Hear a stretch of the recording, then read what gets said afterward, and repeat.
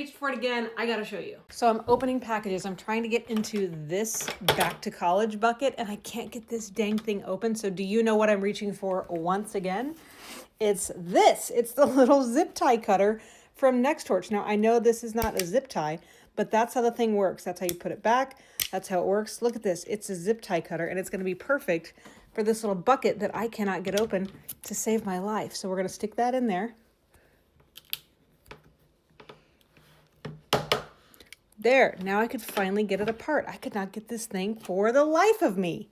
If you don't know about it already, that's the zip tie cutter on the NEXTORCH Pioneer, but this thing is legit. Let me put you back on the tripod so I can show you. You already saw the zip tie cutter, but this thing has all the things that you would need. It's got spring-loaded scissors that you can use with one hand. What's the point of having scissors if they're not spring-loaded? But then also inside of it, somewhere, hang on, how do I find it?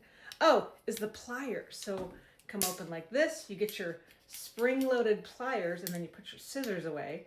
And then look, you've got pliers spring-loaded in the same multi-tool. Now, yes, it has a blade. It's got like a saw. What else? Let's see.